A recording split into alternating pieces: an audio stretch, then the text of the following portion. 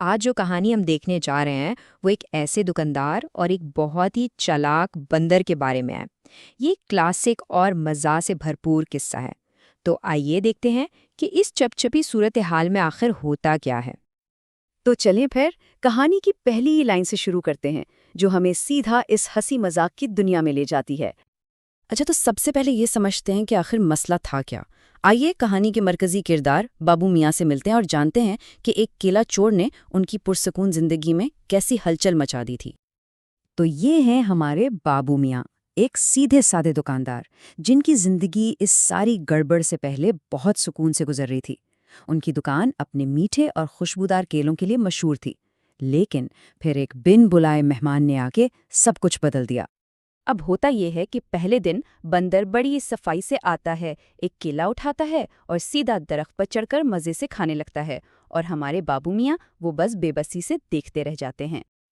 اب بابو میاں کا غصہ تو بنتا تھا، لیکن ان کی یہ دھمکی سچ پوچھیں تو بندر پر بالکل بے اثر رہی۔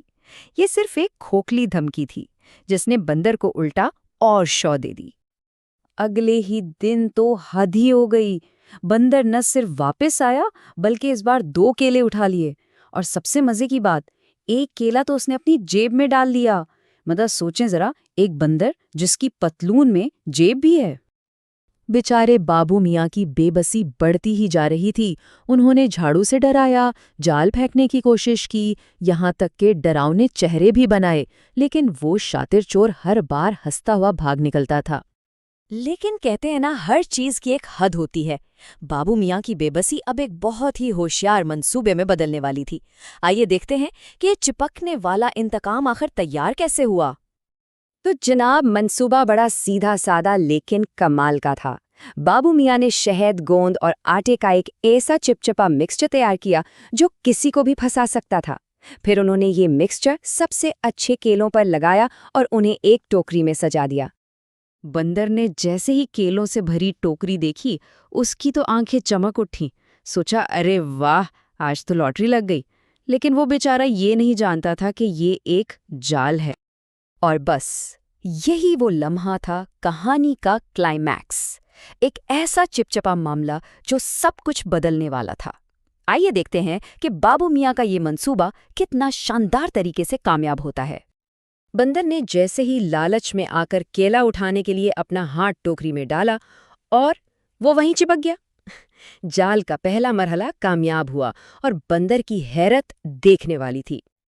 اب گھبراہٹ میں پہلا ہاتھ چھڑانے کے لیے اس نے اپنا دوسرا ہاتھ استعمال کیا اور وہ بھی پھنس گیا۔ اب اس کے دونوں ہاتھ کیلوں سے بری طرح چپک چکے تھے۔ اور پھر جو ہوا وہ تو کمال ہی تھا۔ بندر نے مایوسی میں سوچا، چلو پاؤں سے کوشش کرتے ہیں، اور جناب وہ بھی چپک گیا۔ اب وہ پوری طرح بے بس تھا۔ کھیل ختم۔ اب جب چور پکڑا گیا، اور وہ بھی ایسے، یعنی چپچپے ہاتھوں، تو سزا تو بنتی تھی۔ بابو میاں نے فیصلہ کیا کہ اسے ایک ایسی سزا دی جائے جو وہ کبھی نہ بھولے۔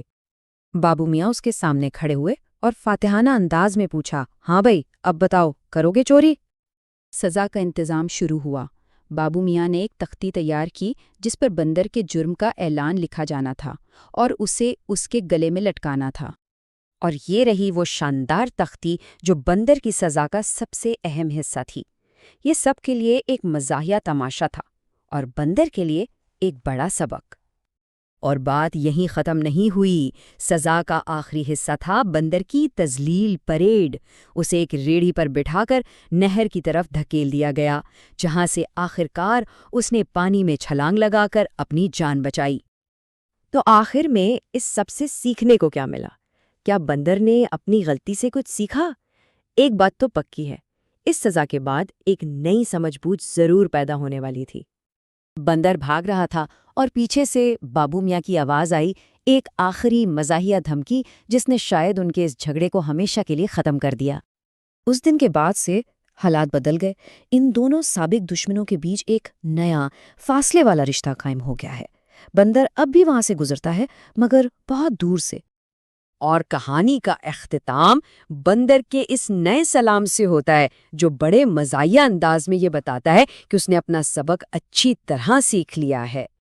تو یہ کہانی ہمیں ایک بڑے مزے کے سوال پر چھوڑ جاتی ہے۔ یہ ہمیں سوچنے پر مجبور کرتی ہے کہ کیا واقعی چالاکی ہمیشہ شرارت پر بھاری پڑتی ہے؟ کبھی کبھی ایک چپچپا سبق ہی سب سے زیادہ کارآمد ہوتا ہے۔